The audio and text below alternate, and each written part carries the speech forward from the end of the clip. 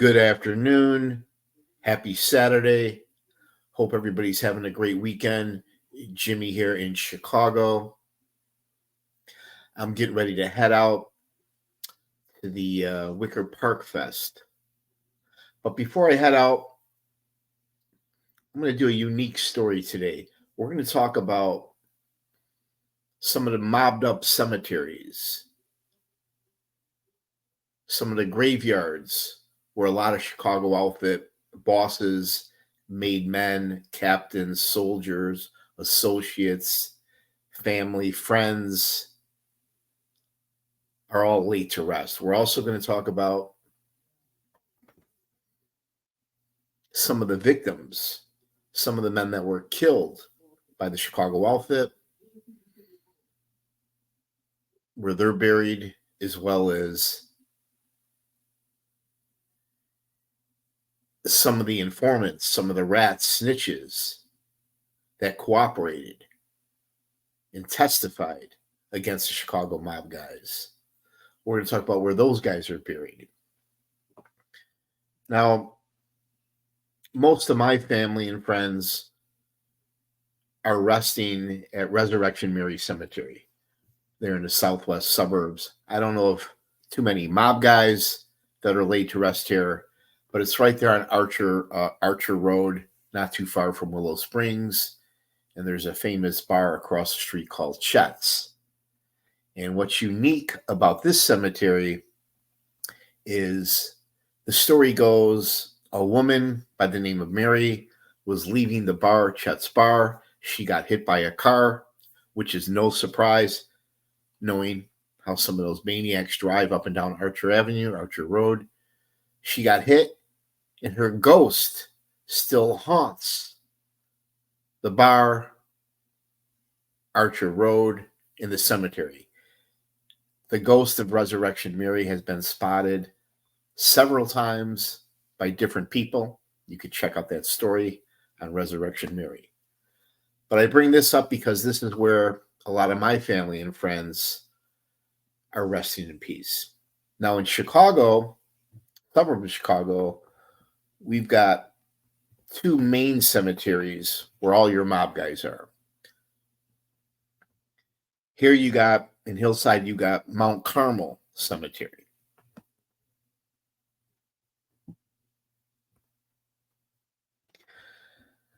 Now, public enemy number one, Al Capone, is buried at Mount Carmel.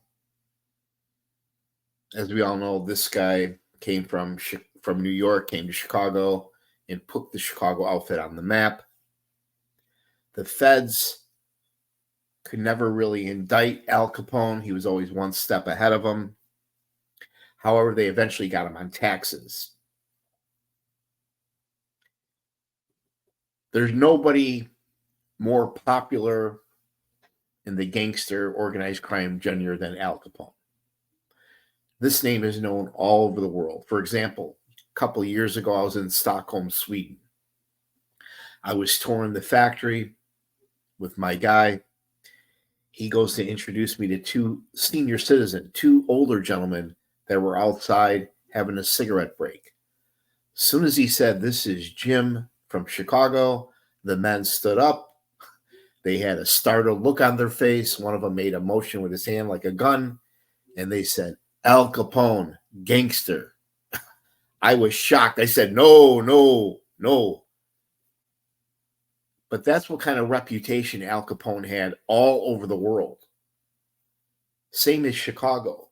Years ago, wherever you were, if you were in Vegas, if you were in Canada, if you were in Europe, and you told somebody you were from Chicago, they kind of were taken aback because Chicago had that kind of reputation back then. Now I'm not so sure. I remember seeing Al Capone's home, one of his homes, in Miami, not too far from Star Island. I also drove by one of his homes in the hood on the south side of Chicago. The home is still for sale. But Al Capone, Chicago, boss of the Chicago outfit, going back to the bootlegging days, the 1920s. Can't even imagine, don't even know the number of men this guy had killed. Now, one of his big rivals, one of his big ops, you got Dion O'Banion. This guy here goes back to the bootlegging days. He was Johnny Torrio and Al Capone's number one rival. Led the North Side Gang. Non-stop wars between the Irish gangs and the Italian gangs. Eventually, he was shot and killed by Frankie Yale, John Scalise, and Albert Alcimi. Not sure if Scalise is related to the Scalise from the Wild Bunch, but this was a legendary gangster, and you can visit his tomb at Mount Carmel. Now, here, look at this monument. You got the Jenna brothers, the notorious Jenna brothers, are buried, laid to rest at Mount Carmel Cemetery. These guys were vicious bootleggers. There was always ongoing wars with the rival gangs, their ops. They were from Taylor Street. I forget how many Jenna brothers there are. But good riddance to these guys. They were nothing but trouble. And they're in Mount Greenwood Cemetery as well. Now, how about this guy here? Notorious Jewish gangster Jaime Weiss. Led the North Side crew as well. This guy's the only man that Al Capone feared. Eventually, he got killed by a couple of assassins. They shot him at his headquarters, which was a flower shop I go by all the time. It's on Chicago and State, right near the beautiful Holy Name Cathedral Church. Now, the flower shop is not there anymore, but you could walk up to the church and stick your fingers in some of the bullet holes from the shootout. Jaime Weiss. Now, here you got boss of the Chicago outfit. At a time, you have Frank Nitti. Frank Nitti allegedly committed suicide right there on the railroad tracks, not too far from North Riverside Mall. North Riverside is sandwiched between Cicero, Oak Park, and Berwyn, all mobbed up towns. That's an actual crime scene photo. This man did some time in prison, got out of prison, and Paul Ricca, boss of Chicago outfit at the time, blamed him for his indictment for one of the guys that he recommended who was a snitch. So he definitely had beef with Paul Ricca, and that's usually not a good sign. Some people suspect that Paul Ricca had Frank Nitti killed. But the Nitti family is somewhat legendary in Chicago. My last landlord was John Nitti in the Grand Avenue neighborhood. But God bless the Nitties, and he's laid to rest as well at Mount Carmel. Now we got Momo, Sam Giancana, boss of the Chicago outfit during the heydays. But he didn't listen to Paul Ricca or Tony Ricardo. They told him to lay low, keep a low profile. And what does he do? He does the exact opposite. Fast forward, he was at home at his house in Oak Park. He had a guest coming over, somebody who he trusted.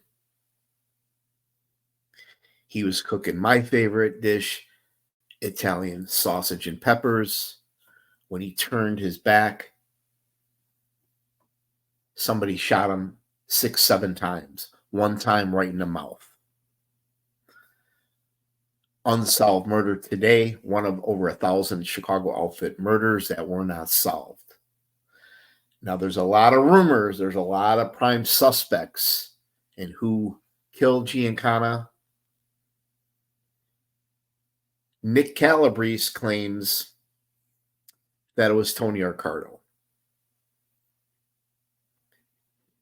Nicky said at the family secrets trial that his brother Frank Calabrese and Ronnie Jarrett made a gun in Ronnie Jarrett's mother-in-law's garage. That gun was given to their boss of the 26th Street crew, Angelo the Bull, Angelo the Hook, La Petria. Then that gun was given to Tony Ricardo. The night Giancana got clipped, all the local police and FBI agents were told to pull off. Normally, this guy was under surveillance, especially that time, not only by the local police, but the FBI as well. But for some reason, the security was called off that night. So it's probable that Tony Ricardo was the one that killed Sam Giancana. What do you guys think? But the reason I bring up Momo, he's buried at Mount Carmel as well. If you're ever in the western suburbs of Chicago, you could definitely do your own mob tour at some of these cemeteries. Now, also laid to rest at Mount Carmel Cemetery, you got some of the most powerful men in Chicago. There on the far right with the cigar and the glasses, you got Pat Marcy, made member of the Chicago outfit from the 26th Street crew, from the Bridgeport neighborhood. Right next to him, you got Alderman Fred Rohde, and then down the line, you got John DiArco. Don't let these men looks fool you. You're looking at some of the richest, most powerful men in the city and the state. I went to Alderman Fred Rohde's trial. Bob Cooley, the corrupt cop, crooked lawyer, wore a wire and testified against these guys and brought down the entire powerful First Ward.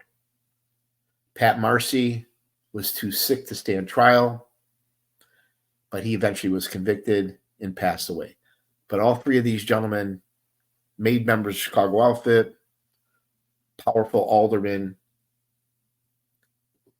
they're all laid to rest here as well. As I just mentioned, Alderman Fred Rohde. This guy's only like 5 foot tall.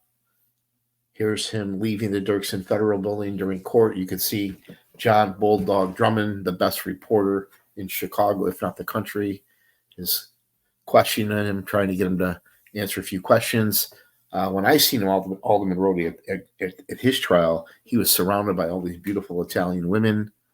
But he's laid to rest there as well. The Rohde family is legendary in Chicago, in the Bridgeport neighborhood. God bless the Rohde family. Unfortunately, he was convicted based on the lies that were told by that lowlife Bob Cooley. Now, there's lots of other people that are buried at Mount Carmel. I'm only going to list a handful of them. And one of them, from the Grand Avenue neighborhood, from Chicago, you got Dennis Farina, very popular actor. I've seen him a few times at a couple bars and restaurants in Chicago back in the late 80s, early 1990s. He was, I think, cousins or very good friends with the Switek family. And I remember a couple guys in the neighborhood told me they weren't big fans of his because when he was out and about, he would act like a cop or he would act like a wise guy. And some of the guys had to keep him in line and remind Dennis Farina that he's an actor. But God bless Dennis Farina and his family. He's laid to rest there as well. Now we'll keep going. Another mobbed up cemetery, if you will. You got Queen of Heaven. Now we're going to talk about some of the victims of the Chicago outfit. Men like William Axon Jackson. This guy was 350 pounds, an enforcer, a collector for Chicago outfit. We all know Sam Giancana thought he was an informant. There were some other reasons as well as why he's got clipped. But you had James Turk Torello, Jack Cerrone, Angelo Petria, Mad Sam DeStefano, maybe one or two other guys I'm forgetting. They got a hold of Axon Jackson and they tortured him for days. Electric shock. They sodomized him. They even hung this fat fuck from a meat hook, torturing him. They eventually found him in the trunk of his car, stabbed up with his throat slit. This man was brutally tortured and killed on orders of Sam Giancana. It was so bad he even pissed and shit himself, and the guys were laughing about how he was squealing like a pig and the smell. Brutal what happened to this guy. And as Turk Torello said, he never talked, making them question why he was killed in the first place. But here you got, how ironic is it? You got a man that was brutally tortured and killed by the Chicago mob, laid to rest at the same cemetery as some of the men that killed him. Only in Chicago.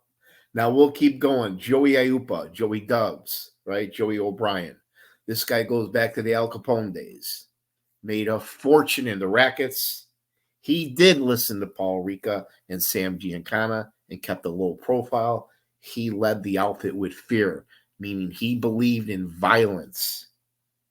Anybody that got out of line, anybody that broke a rule, anybody he even thought was an informant were killed. As we all know, he got pinched during the strawman case. Him, Joe Lombardo,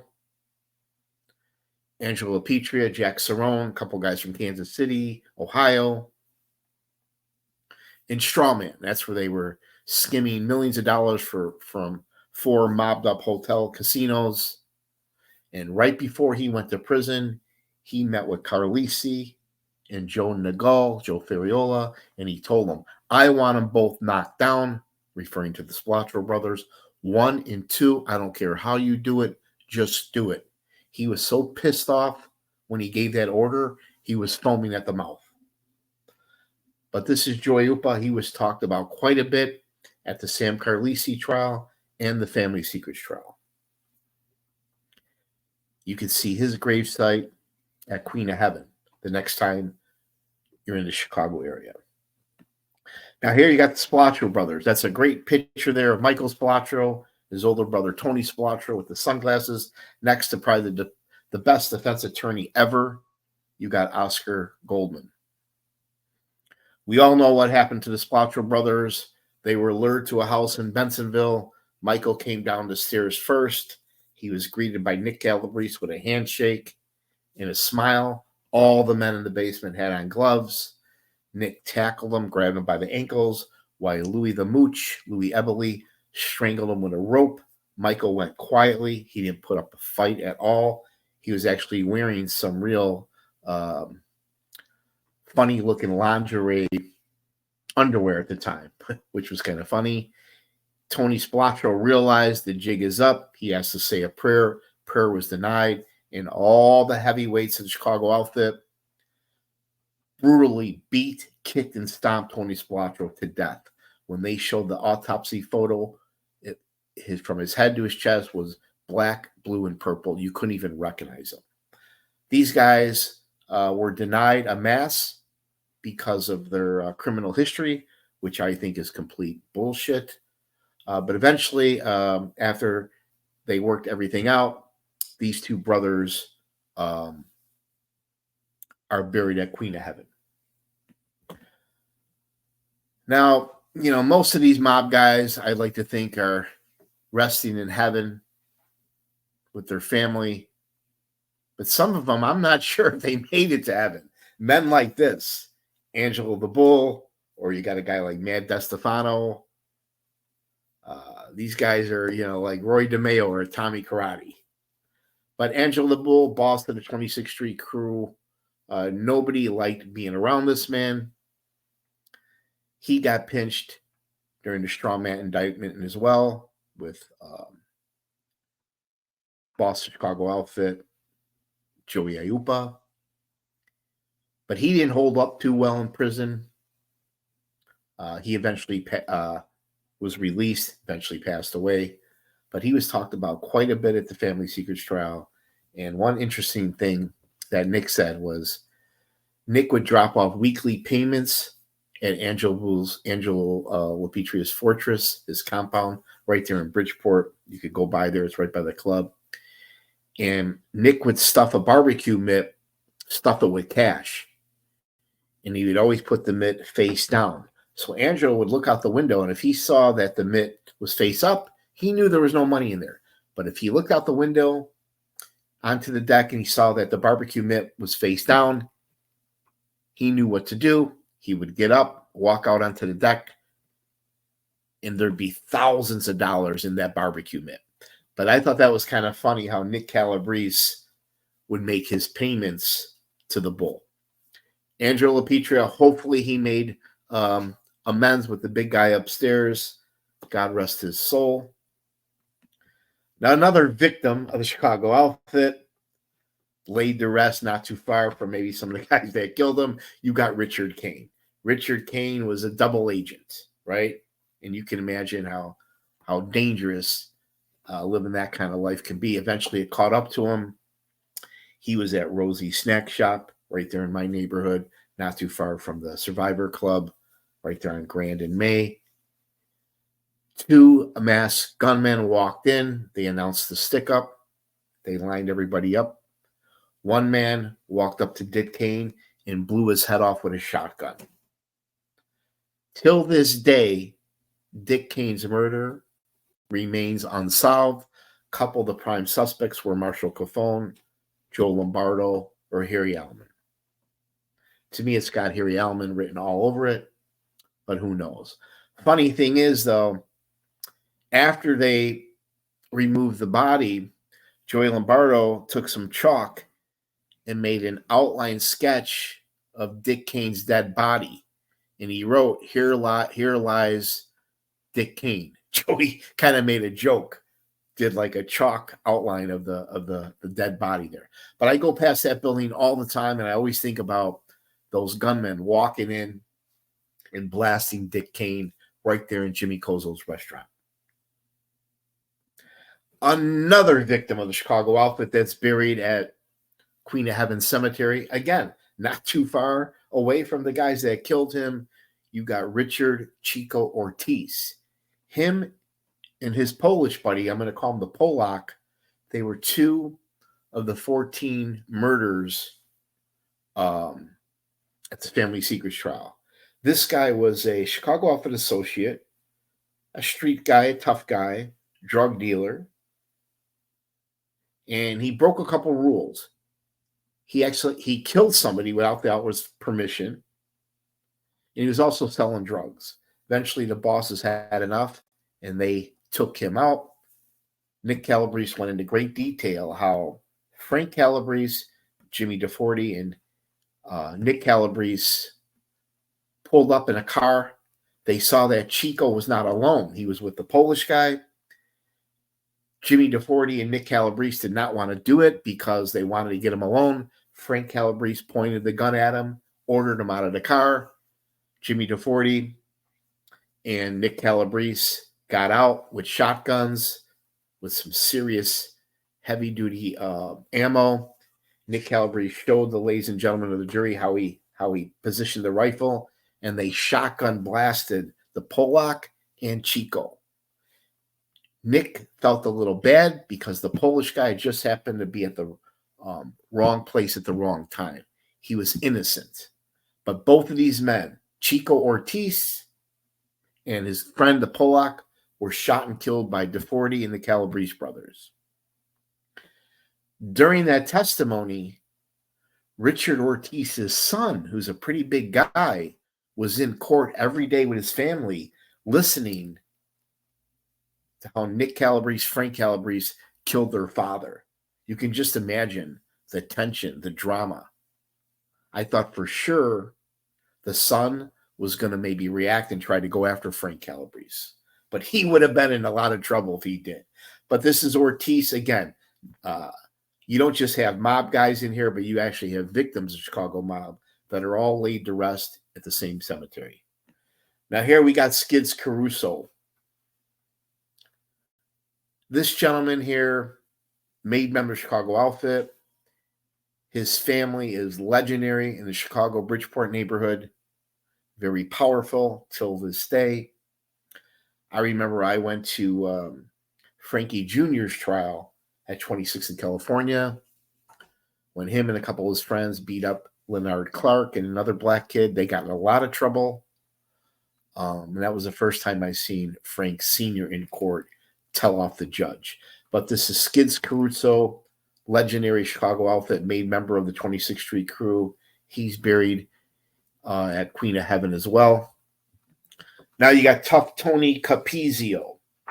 This is the guy you don't hear about too much. He was the prime suspect in the St. Valentine's Massacre, a mob enforcer. He actually torched the garage where the fake cop car was that was used during the St. Valentine's Day Massacre. This guy here ended up dying of a heart attack on the golf course. Tough Tony Capizzi, legendary member of the 42 gang in the Chicago outfit. Now here you even have informants and rats and snitches that are buried at Queen of Heaven Cemetery, like this guy here, Michael Corbett, corrupt chief of police cop of Willow Springs. Sam Giancana got him that job because he was good friends with old Doc, the corrupt mayor of Willow Springs. And he told him, Sam Giancana told Corbett, don't ever forget who your friends were. Now, Corbett I knew personally because I used to hang out and party in Willow Springs. He would pull my friends and I over all the time, constantly harassing us. But we had no idea how involved he was, what a lowlife he really was until later on. Fast forward, Diane Masters, socialite lady. She was in a bad marriage to a corrupt mob lawyer, Alan Masters. She had a little black book with all his clients, mob guys, cops, crooked judges, bad guys. She was cheating on him with the board of director at Moraine Valley College. There was a lot of drama going on. So Alan Masters thought she would expose him and all his friends, and that would eventually put him in danger with some of the mob guys. So fast forward, a real low-life Cook County Sheriff, James Keating, and Alan Masters killed Diane Masters, and it was Michael Corbett's job to pick up the car, which had Diane Masters' dead body in the trunk of that car, pick it up from Chet's Bar, again, the famous bar across the street from Resurrection Mary, and drive it to Willow Springs, which was only about maybe a mile away. This guy here, Corbett, said that it was in the middle of the winter. It was cold, pouring like an ice rain, miserable conditions. When he went to pick up the car, there was a flat tire. He kind of panicked. So here's the chief of police, right?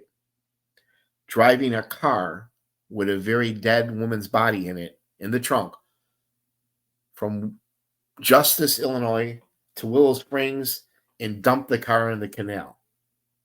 He said when he dumped the car in the canal, because they use that canal to dump a lot of stolen cars, bodies, etc. But he said when he dumped that car in the canal, it took forever. It took real slow for that car to sink. Eventually, he got pinched on being part of that murder, being an accessory, and he went to jail. But to reduce some of his jail time, he decided to flip and cooperate and tell everything he knew about guys like Hy Larmer, Sal Bastone, Marco D'Amico, Wayne Bach, Joe Lombardo. Joe Lombardo actually put out a contract out on him. He gave it to Scalise or Scarpelli, one of the two, but that contract never got carried out. This guy wrote a book called Double Deal. It's actually a pretty good book. Not all of it is accurate, but Michael Corbett, corrupt cop, almost a victim of Chicago outfit, a lowlife, a rat, a snitch. He's buried at Queen of Heaven Cemetery as well. Now here you got probably the most powerful man in organized crime, right up there with Carlo Gambino, Tony Accardo. You got Paul Ricca. Some say he was the real boss of the Chicago outfit.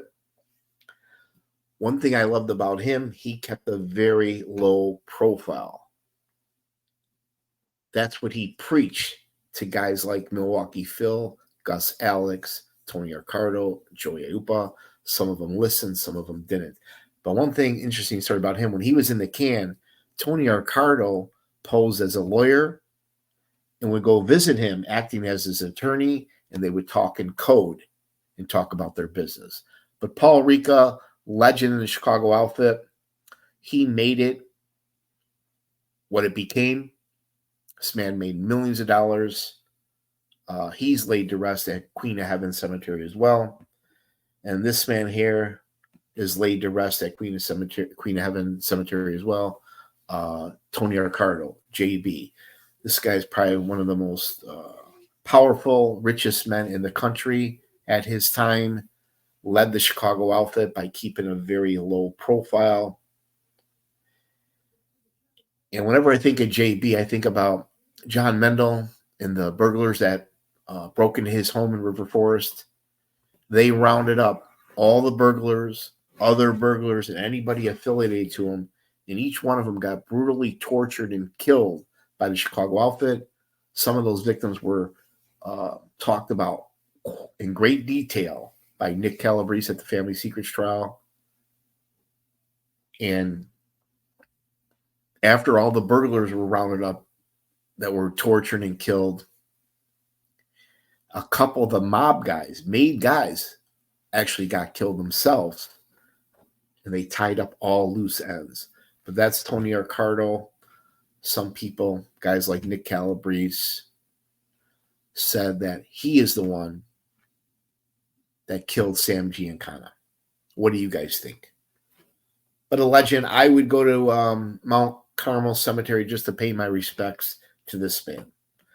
Now here, going back to the glory days, the good old days, you got Jake Guzek. This guy here was their financial advisor. Keep in mind, they made hundreds of millions of dollars back then. These guys weren't accountants. They weren't lawyers. He was their financial advisor, as well as an attorney and like a consultant.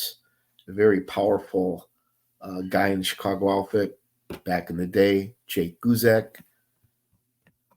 Going back to the glory days, you got Machine Gun Jack McGurn, born in Sicily, made member of Chicago outfit, a captain, one of Capone's favorite hitmen. This guy actually was one of the men that planned the St. Valentine's Day massacre, made millions of dollars. Eventually, fast forward, 1936, he got shelved by the outfit. Shortly after that, 3 assassins, 3 gunmen, shot and killed him while he was bowling right there in my neighborhood on Chicago, Milwaukee. Now going back, you got Sam Teets Battaglia.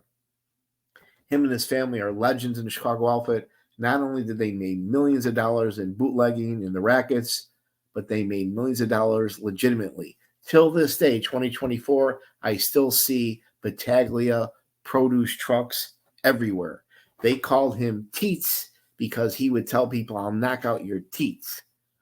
His grandson became a professional NHL hockey player. Obviously, he got it from his grandfather. But this guy was right under Tony Ricardo, did some time in prison. I think he did like 15 years in prison. Eventually became an outfit boss. But he's one of several Chicago outfit made guys, heavyweights, bosses, captains that are buried at Queen of Heaven. Another very serious guy, you got Milwaukee Phil. This guy was lethal, was vicious. Even Tony Ricardo and IUPA could not control him. When he was in prison, he found out one of his guys was fucking around with his ex-girlfriend or his ex-wife, and he had him killed. He ordered him killed from prison. And believe it or not, Milwaukee Phil, Tony Spilotro, Joe Lombardo's, and others were involved with Danny Seifert. Danny Seifert, as we all know, was going to cooperate and blow the lid wide open on the Teamsters Central Pension Fund, which we all know was worth hundreds of millions of dollars. They could not allow that to happen. Unfortunately for Danny Seifert, a hit team was assembled, and they ended up killing Danny Seifert. But Milwaukee Phil was part of the same company owned by Danny Seifert. He's buried there as well. Now, here's a great photo here. You got two main members of Chicago outfit. You got James Jimmy Turk Torello. This is the guy I told you that piqued my interest in Chicago mob. My dad actually was in the Marine Corps with him. My dad said this guy was the toughest Marine by far. There you can see he's next to his beautiful wife. And when he got pinched, they tried to go after her house, her cars, all her jewelry. She hired an attorney and basically fought the government. But the government eventually took most of it because it was all obtained by Turk Torello's illegal activities. Then you got Tony Spilotro, a young Tony Spilotro, made member of Chicago outfit. This guy had big potential. If the mob bosses did not take him out, he probably would have died of a heart attack because he had some health issues. He was under a lot of stress, or he would have got indicted. I mean, Oscar Goldman beat a lot of cases for Tony Spilotro, but he had a couple others coming up, and eventually the government's going to get him. Tony Spilotro would have been better off going to jail because he probably would have got out and lived in his golden years. But eventually we know what happened to Tony Spilotro, another victim of Chicago outfit. Turk Torello was good friends with Lefty. Not sure how things would have turned out. I think if Turk Torello were alive and Joey Lombardo was not in prison, Tony Spilotro would not have gotten out of hand. But look at the expression on Turk Torello's wife there. You could tell she didn't really like her picture taken. But two good-looking women here, mob wives married to some heavyweights. Both of these men are buried at Queen of Heaven. I remember paying my respects to Turk Torello shortly after my dad told me the story of these two being in the Marine Corps together. But God bless the Spilotros, and God bless Turk Torello. Now, here's another guy, kind of like Angelo Petra, not quite sure if he made it into heaven, but Mad Sam DeStefano. This guy was uncontrollable. He actually enjoyed torturing and killing people, kind of like a Tommy Karate or a Roy DeMeo.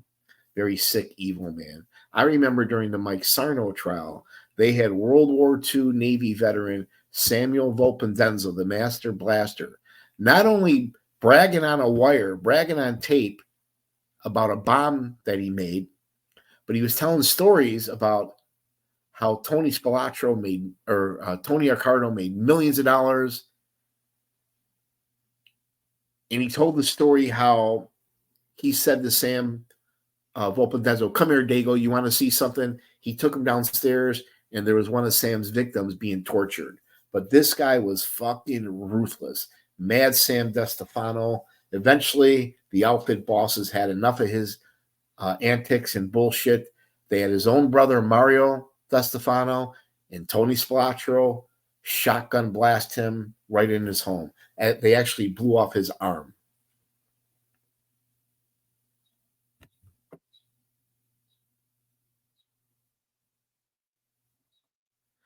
Now here we got Pat Marcy, right? Made member Chicago outfit, 26th Street crew.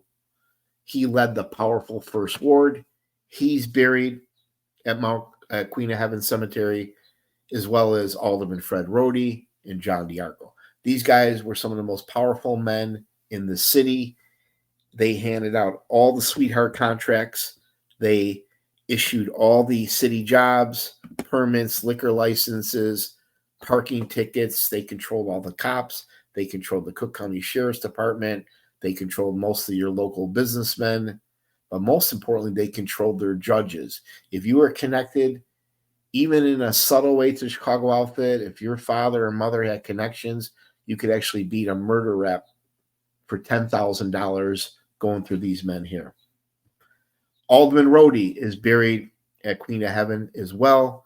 Legend in the Chicago outfit, powerhouse in the Bridgeport neighborhood and the city of Chicago. I went to his trial. This guy's only like 5 feet tall, but very powerful.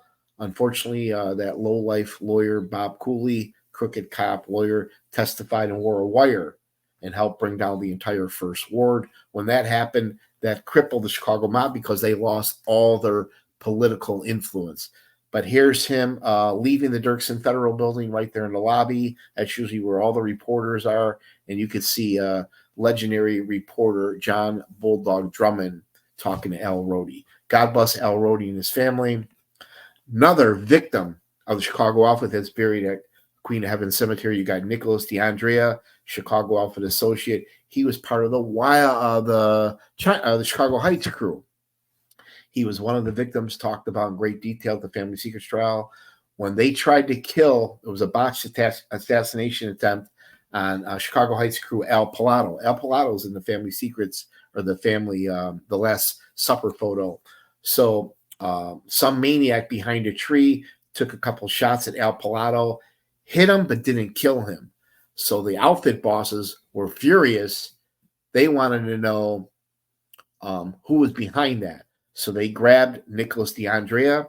It was the Calabrese brothers, Sam Carlisi, Turk Turillo, a couple other guys.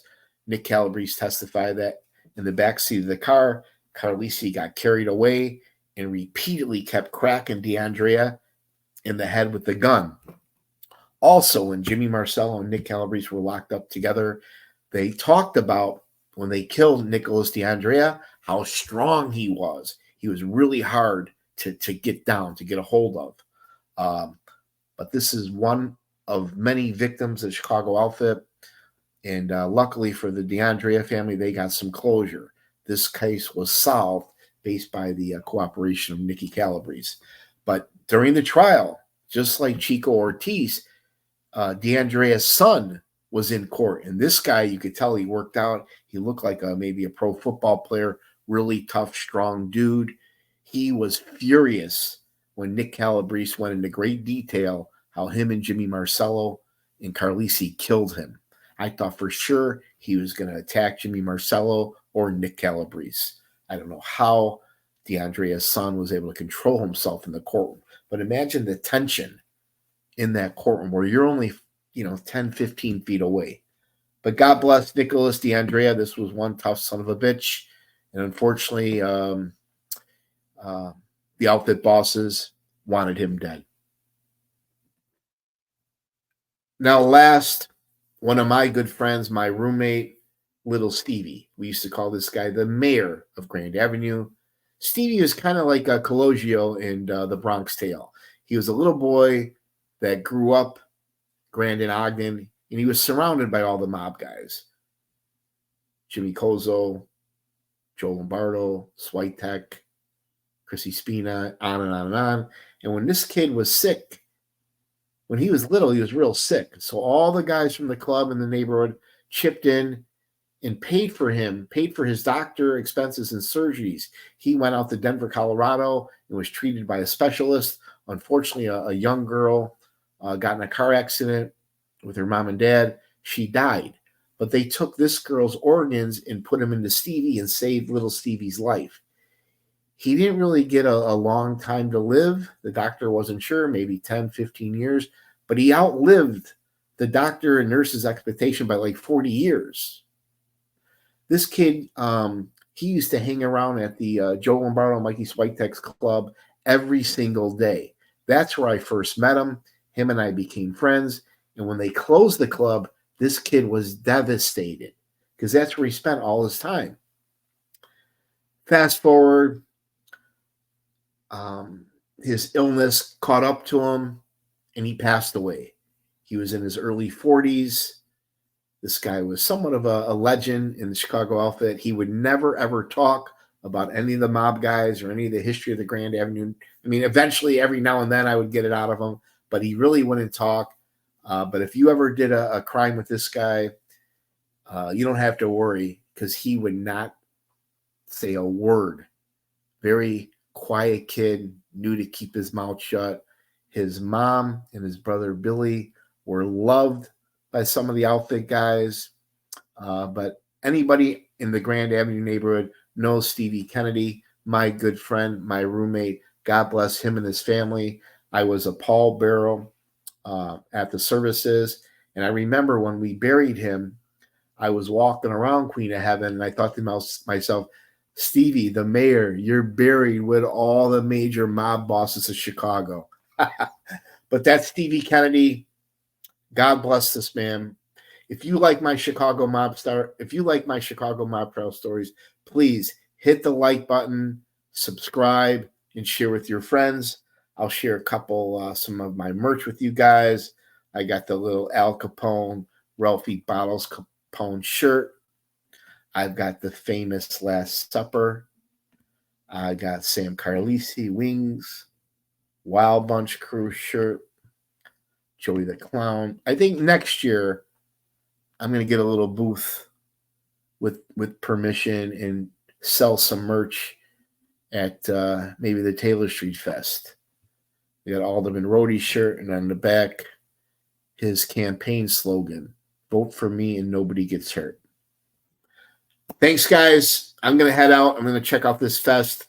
Hope everybody's doing well. I hope that you're safe. Have a great weekend. Hit the like button, subscribe. I like all your comments. And for my haters out there, for the trolls, for the smartasses, put out the cigarette, turn off the phone, and take the old lady to Olive Garden. Happy wife, happy life. Ciao.